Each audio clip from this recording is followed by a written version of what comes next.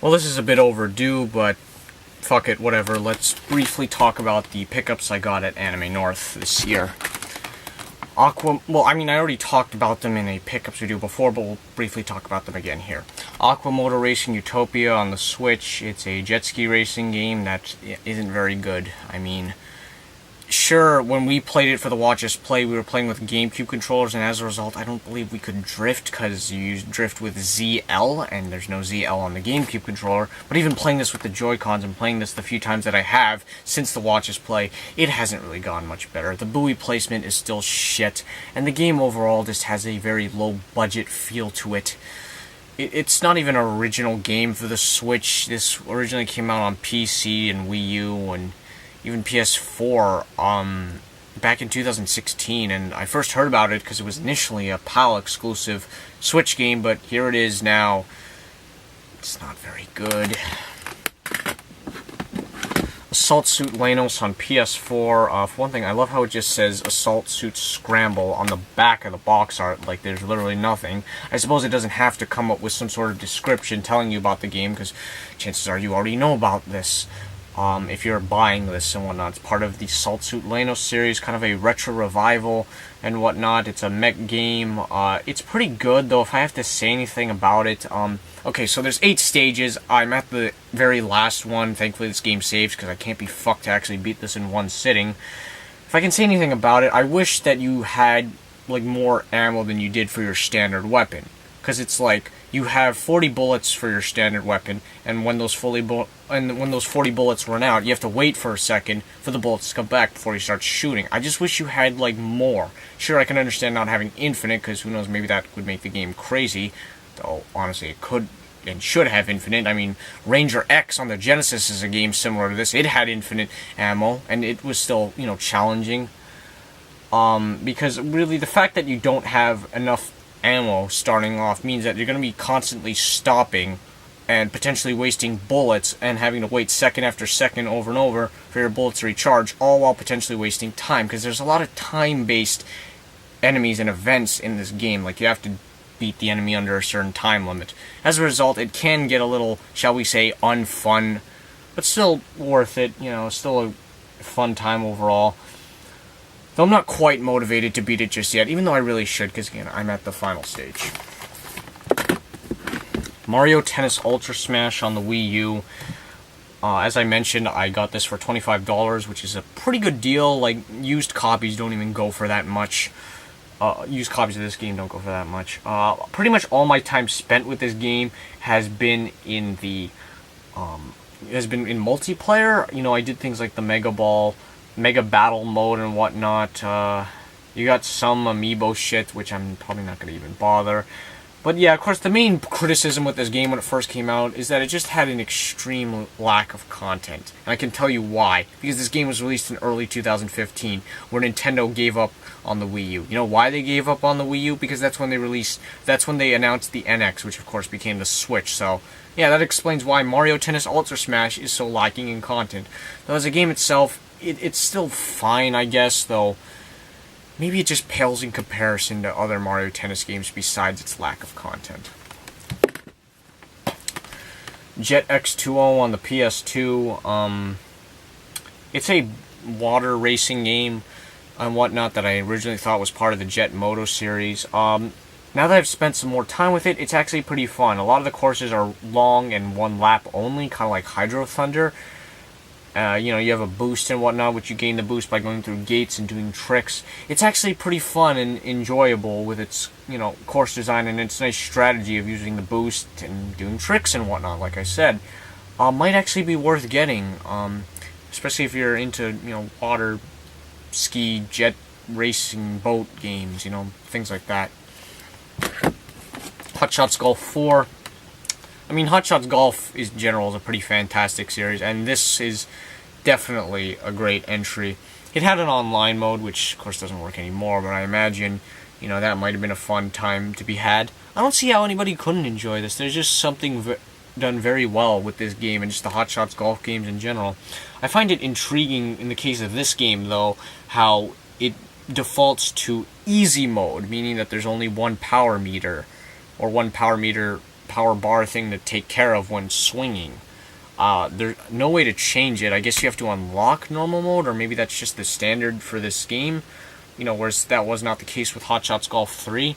But still a fantastic time overall, and just another one of those games that's like you don't have to be into the sport to enjoy it. That's kind of really with any golf game. Even if it's a bad golf game, you could still probably sit down and play it, you know? Here we have the PS2 and Xbox versions of Soul Calibur 2. I'm not going to spend too much time with this, but basically, as we know, the PS2 version's exclusive character was Heihachi from Tekken, and the Xbox version's exclusive character was Spawn. I've spent more time with the original Xbox version, because I think Spawn was actually a more fun character. But in the case of both of these, actually with the PS2 version, it actually comes with a demo disc called Namco Transmission version 1.3, or maybe the volume 1.3. It's mostly videos, not so much demos. But yeah, I spent an hour with these versions. I can't really spend much more time, because in the case of the GameCube version, that's the one I play. You know, it has most of the things unlocked, you know. I mean, I'm sure I'm missing many of the weapons, but, you know, yeah, that's what I'll basically keep revisiting. But I had to get these as a novelty to mess around with, because, you know, why not? Soul Calibur 2 is fucking fantastic. Crimson Skies High Road to Revenge on the original Xbox. It's a, you know, biplane, mission-based, you know, game. You know, you have tasks to earn money, take down bad guys and whatnot. There's a story, a little hub world you can fly into to select missions. Actually a pretty good game, and it's one of the most common games on the original Xbox. I mean, granted, a lot of original Xbox stuff is common and cheap, but in this case, holy fuck, this game is everywhere. And you know what? It might actually be worth it, because that's what motivated me to get this. Even if I'm not into this genre, even if I've had very little, if any, experience with these kind of games, it was sort of entertaining to mess around with. Though it's kind of hard for me to actually sit down and go back to it now, because there's so many other games I'm playing. But hey, it was worthwhile to show this genre some love, and the console some love too, you know? Let's see here.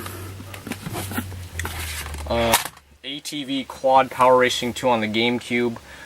You race all-terrain vehicles in, you know, a beach and a jungle. It's one of those games that really doesn't give you much content from the start, and at the moment I can't be fucked to actually attempt to unlock any more of it, but the time did spend with the game was actually kind of fun. You know, it was actually somewhat enjoyable, well-made game, though I really wish it had 4 players. But, you know, hey, I'm not sure if I have any other ATV racing games, so you know what? This is cool to have. X-Mutants on the Genesis, a 2D platformer based off of a comic book. All I can say about this game is that I wanted to give it a shot, you know, show the Genesis some more love, but I think it's really one of those games that you don't know what to do. Not so much that, well, that, and also you don't know what to do with your copy. Do you keep playing the game to learn it some more, or do you just put it down and maybe return to it someday? That's the case with this game. Shadow Dancer, The Secret of Shinobi, also on the Genesis, a Shinobi game that plays a little more similar to the first, you know, Shinobi arcade game, though this is much better. And I look forward to spending more time with it. I kind of did, you know. I actually have most of the Shinobi games too. So, yeah, you know, you got your ninja stars, your sword and whatnot. You got a dog by your side. Yeah, it's just a quality game overall. It's different from Revenge of Shinobi and Shinobi 3, but definitely not something to ignore. It's also a Master System version game of version of this. So yeah. Let's see here. You know what? I'll save that for later. We still got some Anime North stuff, like this one I have a little bit more to say to, though hopefully not too much. Kendo Rage on the Super Nintendo. I had to trade in a couple games at the convention to get this. It was one of my most wanted retro games, easily.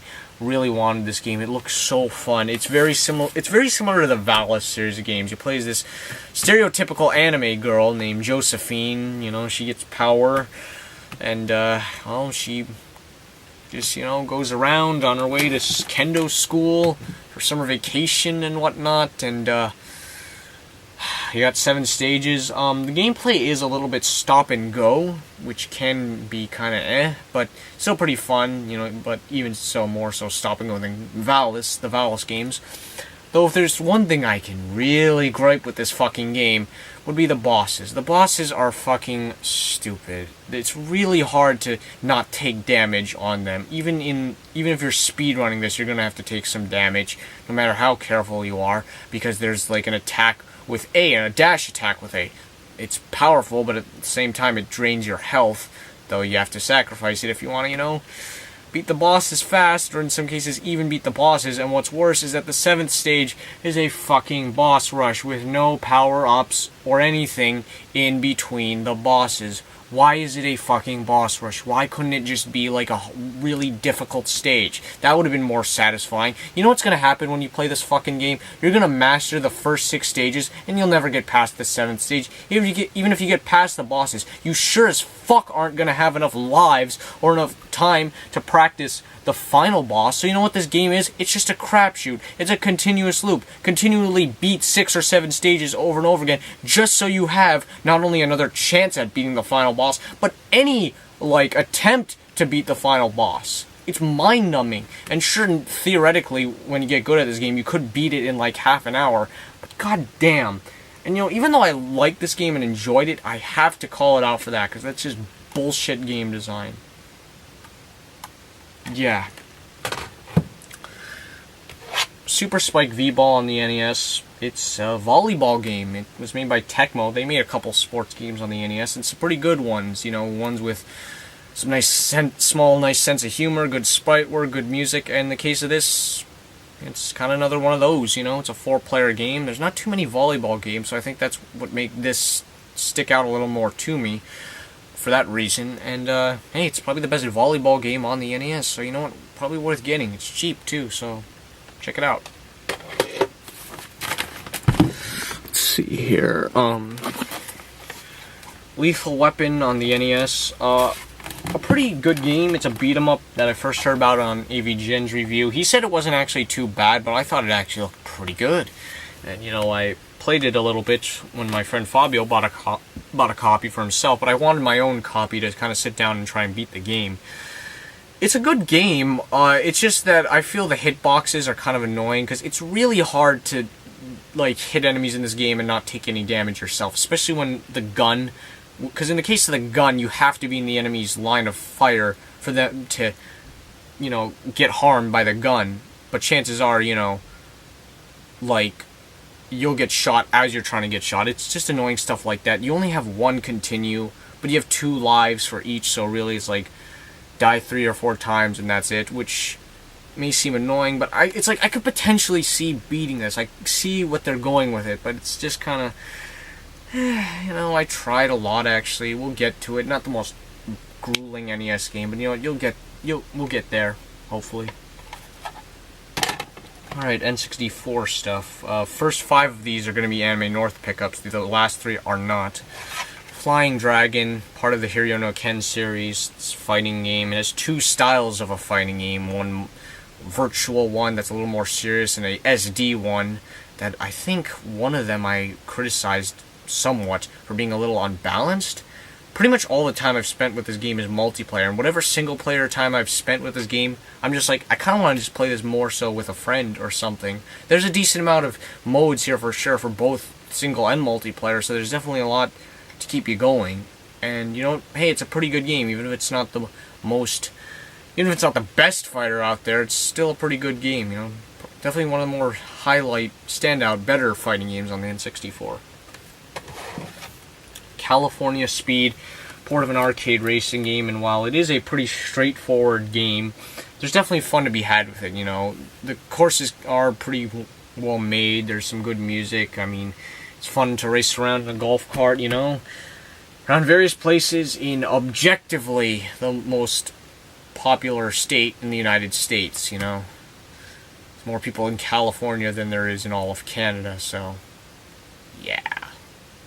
Not the most engaging racer of its kind, but there's some fun to be had to it, though not a ton much. I don't feel like playing too much of this. Like, I beat one of the championship modes or something like that, and, you know, that's all I got out of this game. And a bit of multiplayer, so I'm not sure if I'll revisit it anytime soon, but still, pretty good. Monaco Grand Prix, a game that I kind of first heard about, because I let me pull out the Dreamcast version Monaco Grand Prix.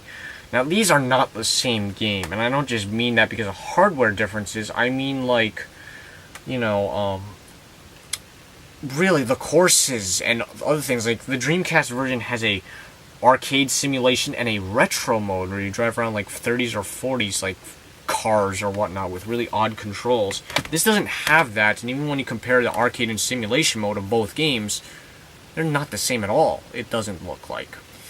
In the case of this game, you know, simulation racing game, I was able to play it a little more because I actually did mess around just a tad bit with, like, tweaking the car's, like, tire pressure and all that other shit.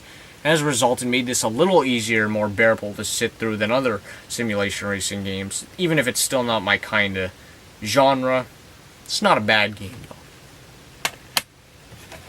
Let's Smash, one of 3 Nintendo 64 games to be released in Japan and Europe, but not North America. In Europe, this game is called Center Court Tennis, and, well, I can't really form much of an opinion on this game. I've played it quite a bit, and, I don't know. I can tell you it's better than All-Star Tennis 99, but it's not the most polished tennis game, nor is it really one of the worst tennis games. I even played it with multiplayer, and still, it's just kind of a peculiar case. See here. Super Beat 'em On Battle Phoenix 64. It's a minigame compilation of sorts. I'm not sure how much content is really in this game, but I played the minigames that were available to me, and I did some multiplayer. I got a kick out of it, but again, there's not really much in the way of things going on with this. It is a game that actually is compatible with the N64 transfer pack, so that's actually makes it stand out a little more. I did actually watch the Battle Beat 'em On anime as when it was airing and whatnot back in the day on satellite. That was a thing. Rally Challenge 2000. This is the last Anime North pickup I have here, and well, it's a rally racing game. In some ways, it might be. I'm not sure if it's quite related to, say, MRC, you know, another kind of rally racing game on the N64. It's not bad. It stands out a little more. You know, it's got 4 players, which is nice. The announcer in this game is very, you know, cringeworthy and not fun to listen to. But, you know, it was alright. The course design could be a little more spacious, but, you know, again, playable. Has some pretty good graphics, so, yeah, not too bad of a game, actually. Alright, now for non-Anime North pickups. A store nearby me had a buy 2, get 1 free on N64. I didn't do quite as well as I could have, but I still got some stuff I'm happy to have.